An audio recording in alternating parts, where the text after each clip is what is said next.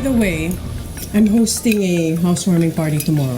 Iba pa rin talaga ang taste mo, Teresa. Hindi nagbabago. Ganda-ganda talaga ng anak mo. So what are you shaping up to? Yan. Fashion design po.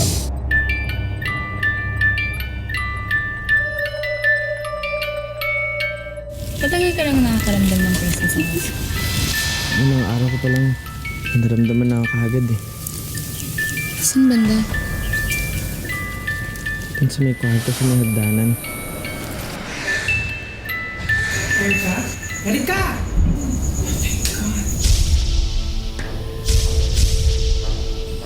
Ano Bitoy? Game tayo? It's go Santic na.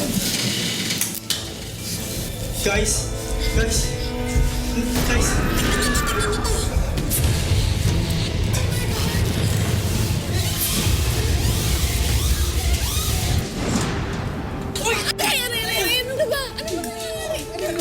Ano ibig sabihin dito?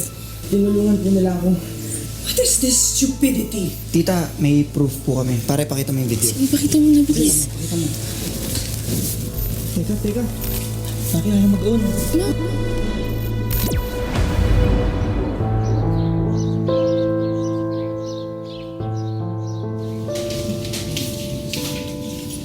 Spencer!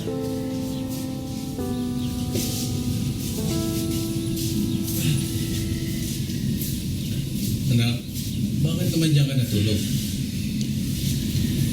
Ay, ba na pumalik dun sa kwarto? Dad, I have a proposal. Why don't we switch rooms now? Erika? It's okay, Mom. I mean, it wouldn't hurt anybody, right? What do you think, Spence?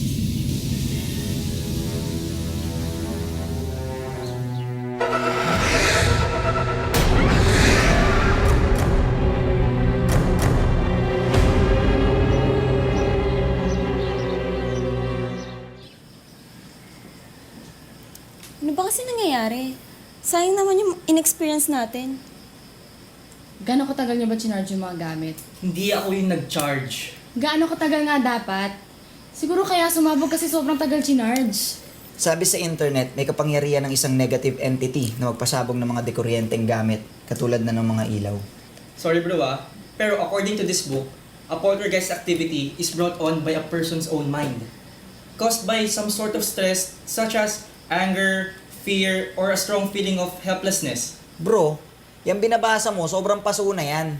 Alam mo, marami na mga bagong na-discover ngayon yung mga sobrang expert sa mga paranormal activities, kaya walang kwenta yan. Bakit? Lahat ba legit sa internet? Hindi ko naman sinasabing legit, pare. Ang sinasabi ko lang, lahat ng mga nakikita mo kasi sa libro na yan, diyan ka na bumabase lahat. Hindi ganun, bro.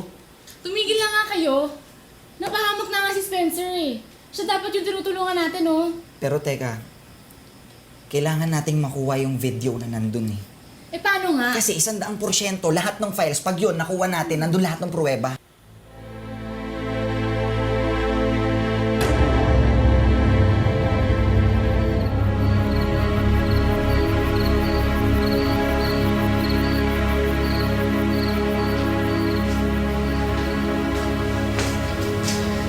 Ano, Erika? Hindi mo naman kailangan gawin to eh. Naku ba, Spencer? Okay lang naman ako dito. Isa pa, ayoko naman magmukha kang kawawa dun sa sala. Don't worry about it.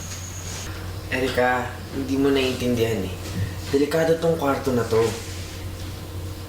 Spencer, nasa isip mo lang lahat yan. Hindi naman totoo yung mga ghost eh.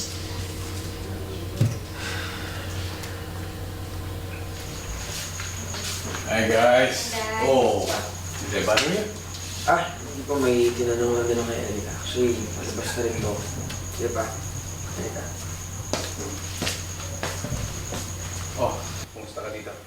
Okay lang naman po, Dad. Well, I like it here. Hindi ko po alam kung bakit, pero I feel at home at this time. Sigurado ka na masaya ka sa kwarto to? Yes, Dad. Sabihin mo lang sa akin, pag anytime pwede ka pa balikin si Spencer dito. Basta, Dad, if Spencer's happy where he is, then I'm happy.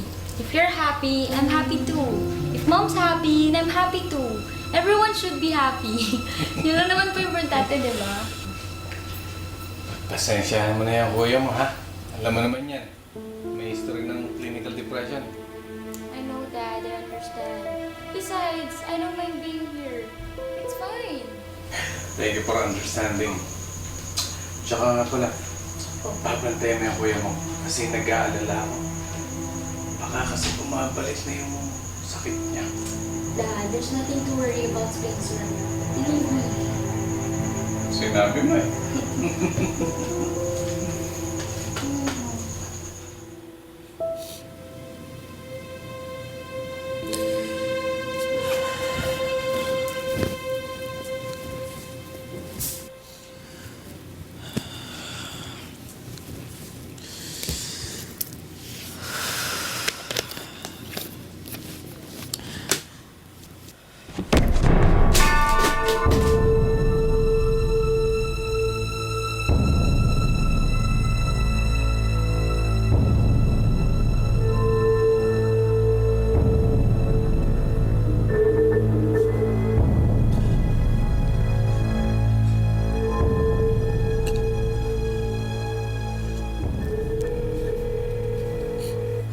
Hello?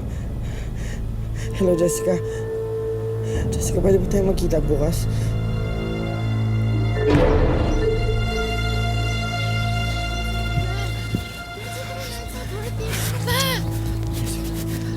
Saan yung video, pare? Teka, relax ka lang. Pare kasi ganito nangyari. Nasira yung camera. Wala kaming mapapakita. Nasira? O pinagloloko niyo lang ako? Sir, halika na. Halika na. Hindi namin niloloko, pare. So ano yung mga dala niyo doon? Mga laruan? Pare, wala talaga akong idea. Inaalam ko pa kung bakit sumabog yung camera tsaka yung mga gamit. Kaya sana, tol, kalma ka lang. Kalma? Gusto mo akong kumalma? Matapos akong gagawin doon, gusto niyo mo akong kumalma? Sandali lang ha. Di ka namin niloloko. Wala naman kami siningil sa'yo para sabihin mong niloko ka namin ha. Besides, dapat nga bayaran mo yung nasira namin gamit eh. Dahil nangyari yun, dahil gusto namin tulungan ka. Pare,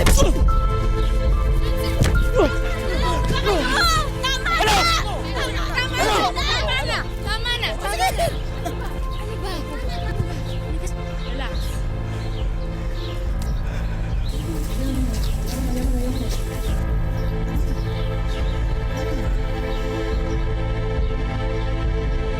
Bro, huwag ka mag-alala. Gagawin namin lahat para ma-retrieve yung laman ng video. Kaya, pare, konting tiwala naman sana. Tsaka pare, alam mo, sige, minsan, naaminin ko, hindi namin alam yung ginagawa namin. Minsan lang ha. Pero pare, hindi namin kaya ng loko ng tao. Kasi, bago pa lang din kasi kami, bro. Kaya, medyo madami pa kaming palpak. Pero, hindi ibig sabihin nun, niloloko ka namin. So ano? Pro bono case ako? Ganon? Parang ganun na nga. Pasensya na kayo ha. Hindi ko lang talaga alam yung gagawin ko eh. Basta ang alam ko lang, mayroong masamang espiritu sa kwarto sa may hagdanan. Naniniwala kami sa'yo. Pero para sa amin bro, hindi rin madaling gawin ito. Bigyan mo lang kami ng konting panahon. Okay. Sana lang wala pang may mangyaring masama sa pamilya ko pag dumating yung panahon na yun. Huwag mag-alala bro. Tutulungan namin pamilya mo. Pangako ko yan sa'yo.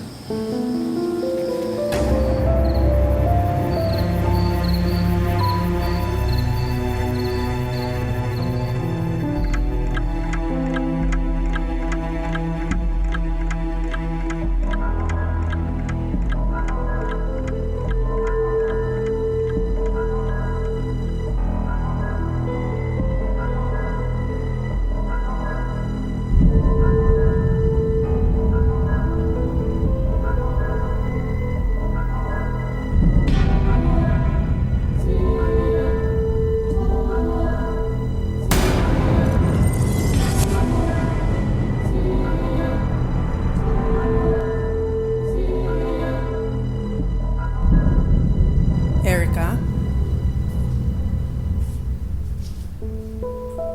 How are you? Parang I noticed na hindi ka na masyadong lumalabas ng kwarto mo. May sakit ka ba? Wala naman, Mom.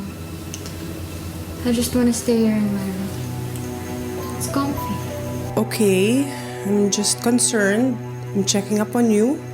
I'm totally fine, Mom. Sino yan? Si Corazon. Paano mo nalaman? I think she used to live here. See her dress? Ganda, no? Kamukha ng dress na dinesign mo para sa debut mo. Diyan ba nanggaling yan? Exactly. Ba't yan ang napili mo? Nagagandaan ako eh. Oh, siya. I'm going shopping with my friends. Is there anything you need? Siguro makeup kit na lang po for my debut. Okay. I'll see you soon, anak.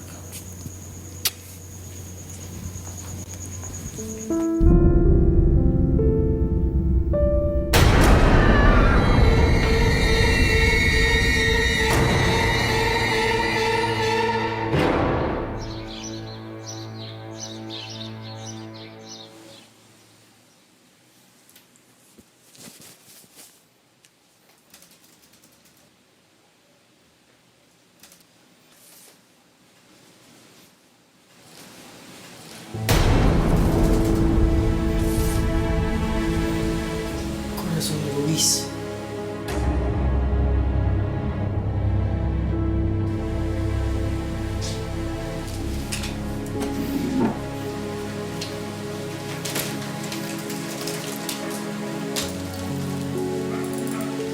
Isang pamilya dati ang nakatira sa bahay ni na Spencer.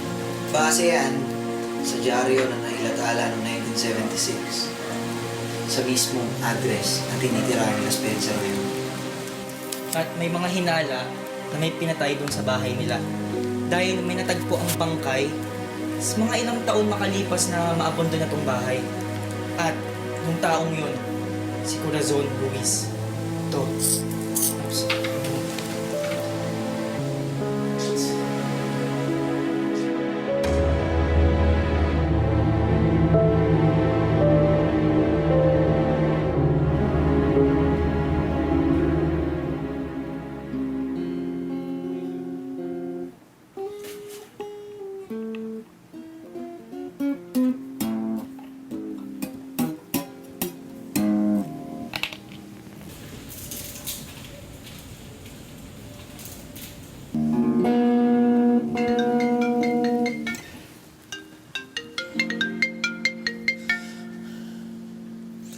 Hello?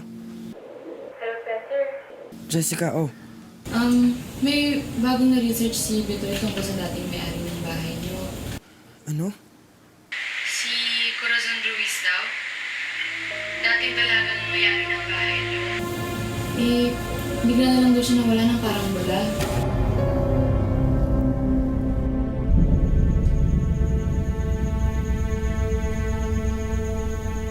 Tingin mo si Corazon yung nagpapakita sa'yo? Iwan ko, pero siguro siya nga kasi siya yung dati may-ari ng kwarto sa may hagdanan eh. Pero ano ba kasing gusto niya sa pamilya namin? Ba't siya nang gugulo?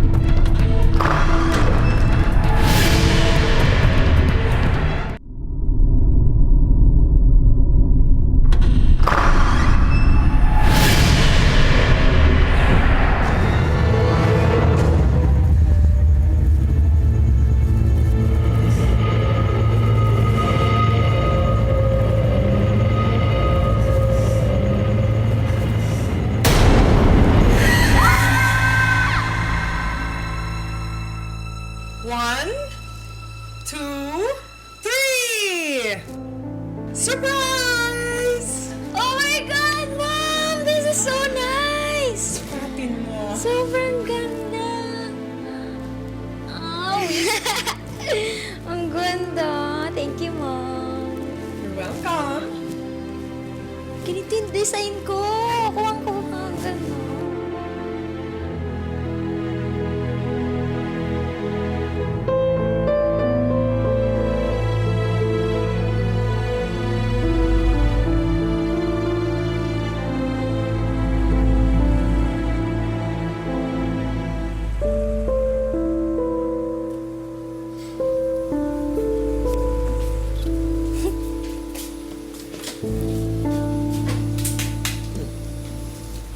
Parang saya mo.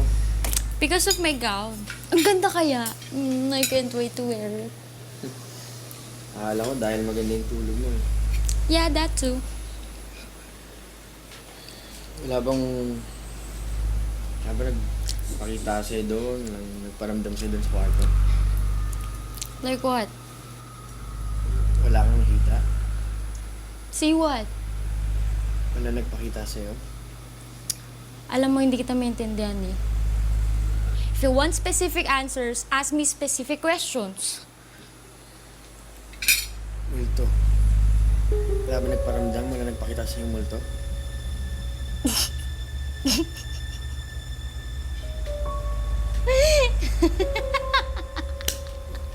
Multo? That's a stupid question. Ano ka ba? Hindi ako naniniwala sa multo. Ikaw? Naniniwala ka ba? Tanda-tanda mo, naniniwala ka pa sa multo? Nako. Hindi kaya galing lang sa'yo lahat ng kinakatakutan mo? O baka naman bumabalik na yung clinical depression mo?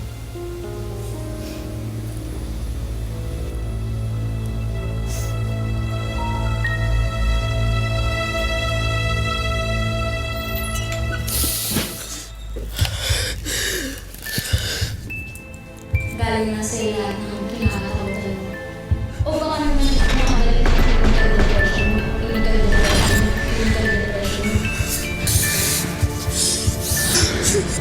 Clinical depression mo? O baka naman bumabalik na yung clinical depression mo?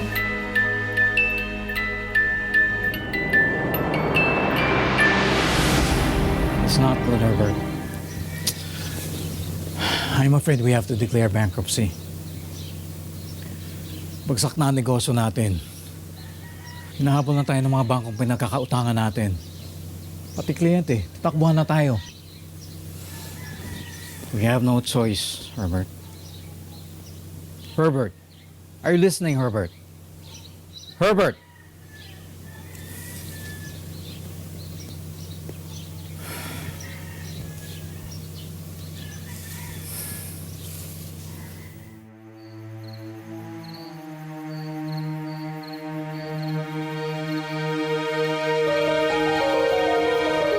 Spencer, may kailangan ka malaman tungkol sa bahay niyo. Pwede siyang susi na kung ano man ang nararamdaman niyo dyan.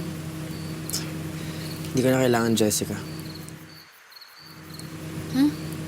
Teka, di ba? Hindi ko na kailangan, okay? Pwede ba? Hindi ko maintindihan. Di ba ikaw tong gustong-gusto ma-solve yung mga problema sa bahay niyo tapos ngayon mag-back out ka? Wala ka ng pakailan? Jessica, walang multo. Ano? Kung takot ka sa multo, lahat ng mga kinakatakutan mo mangyayari sa'yo. Okay? Alam mo yung mga iniisip ko, imahinasyon ko lang lahat yun. Guni-guni ko lang yun. Wala lang yun. Okay? Ako lang yun. Ako lang yun. Ano ba nangyayari sa'yo? Pwede ba, Jessica? Tigil-tigilan mo yung pagsasama doon sa mga siraulo mong kaibigan. Kaya lang naman kinakita ng multo kasi naghahanap kayo. Spencer! Alam mo, Jessica, kung hindi mo lalayan yung mga kaibigan mong may saltek, ako na lang lalayo sa'yo.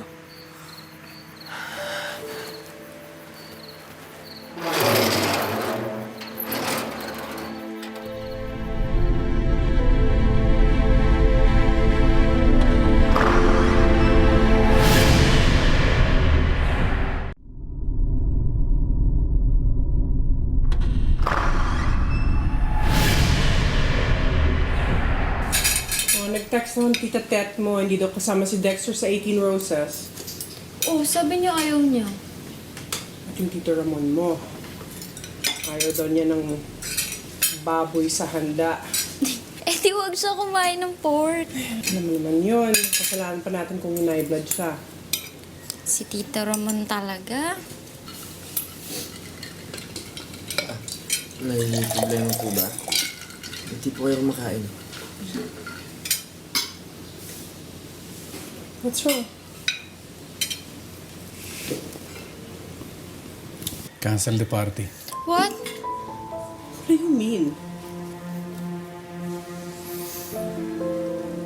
Hindi niyo ba ako narinig o nagbibingi-bingihan lang kayo? Anong kalokohan to? I said cancel the party. Wala ng party. But the invitations have been sent out. Nakapag-down ka na sa catering. Our relatives are arriving. Yung mga kaklase at kaibigan ni Erica. Bankrupt na tayo. Wala tayong pera. Yung pinandan mo sa catering, sa damit, kunin mo ng lahat. Wala tayong pambayad. Saan mo dinala ang pera? Tinakbuhan kami ng buyer. Saan mo dinala ang pera? Teresa, hinahabol pa nga ako ng bangkong pinagkakautangan ko. May bago ka na ng babae ba? Ha? Ha? Doon mo ba dinala ang pera? Anong kalokohan ito? Alam ko na to eh. Nangyari na to noon. It's the same situation na sinabi mong anak mo yan sa labas. Nagkamalas-malas tayo dahil ng babae ka. Kasalanan mo ang lahat. Sige. Ako naman parate ang may kasalanan Ikaw eh. talaga ang may kasalanan ng lahat.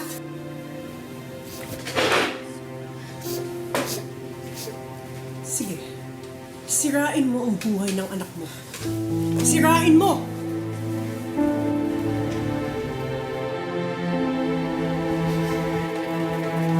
Erica! Erica!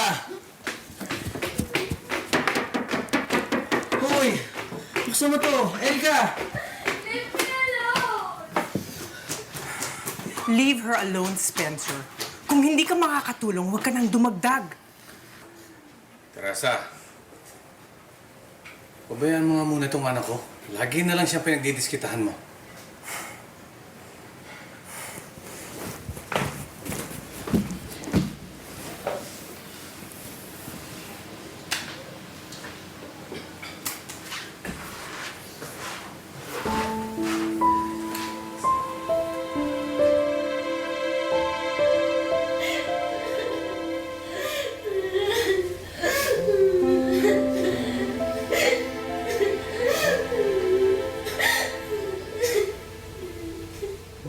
Magmula nang dumating yung Spencer na yan, yung bastardo mong anak sa buhay natin, nagganda leche-leche na lahat!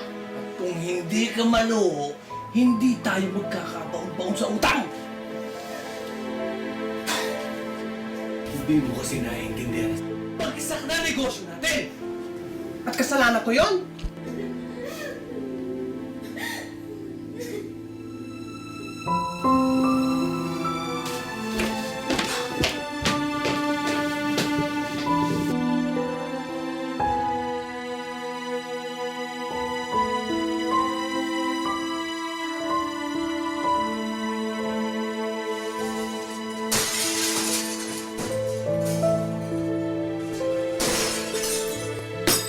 Sige! Basagin mo lahat!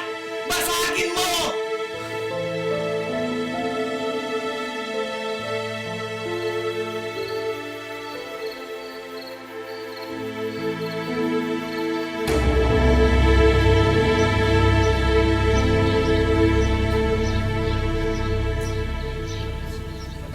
Oo, Mare.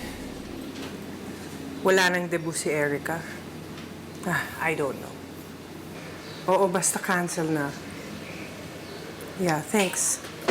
Thanks. Oo, pakisabi na lang sa kanya. Thanks for understanding.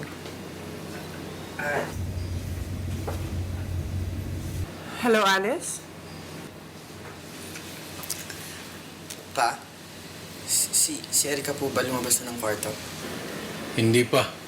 Baka apektado nung nangyari sa kanya kagabi. Sige po. Okay. Bye. Erika? Erika?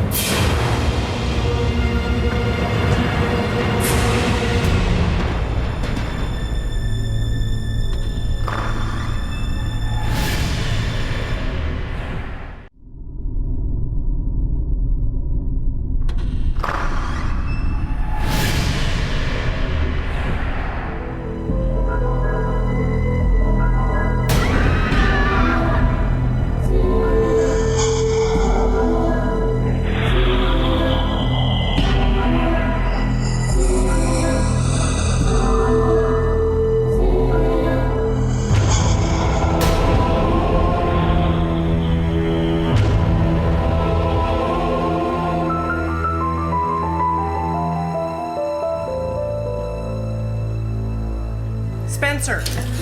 Oh, Ano yan? wala po. Wala po.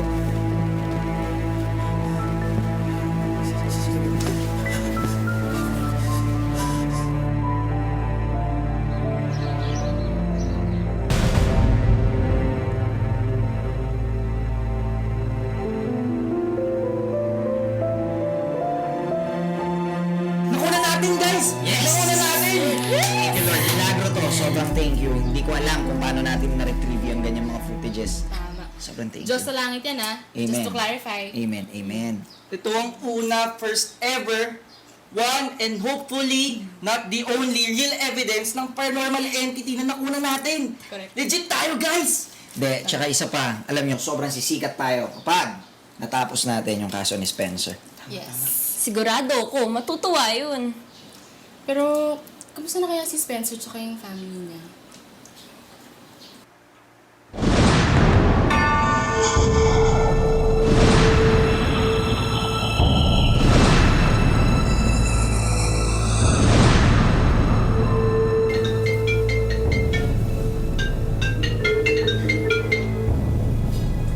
Hello, Jessica? Hello, Spencer. Na-retrieve na lang ito yung video. Hindi ba't nagpalit kayo ng room ni Erica? Dad, I have a problem. Why don't we switch rooms now? Erica? It's okay, Mom. I mean, it wouldn't hurt anybody, right?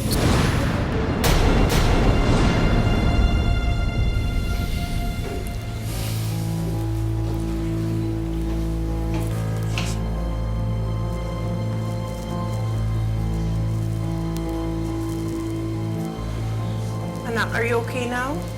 I'm fine, Mom. I'm really sorry. I'm really, really sorry. It's okay. Sibo lang po yun eh. No biggie.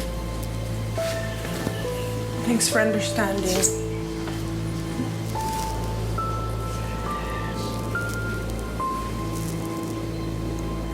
Aalis lang po ako. Oh, saan ka pupunta? I'll just go out with friends. Siguro naman, after everything that happened, pwede ako lumabas, diba? Sure. Okay. Kailangan mong bantayin si Erica. Erika? Erika?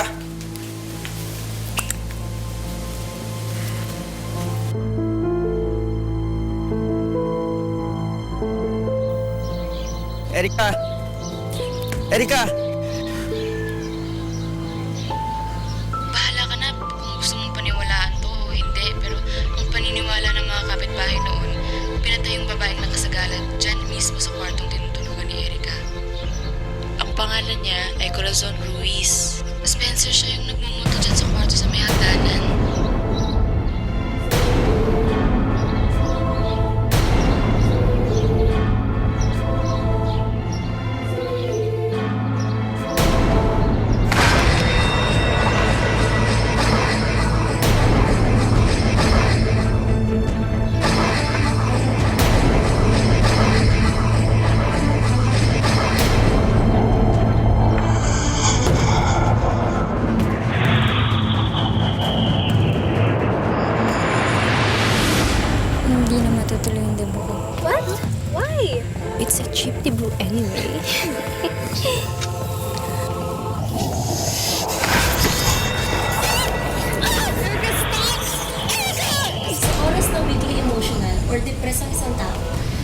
lumalakas ang kapit ng negative entity sa katawan nito.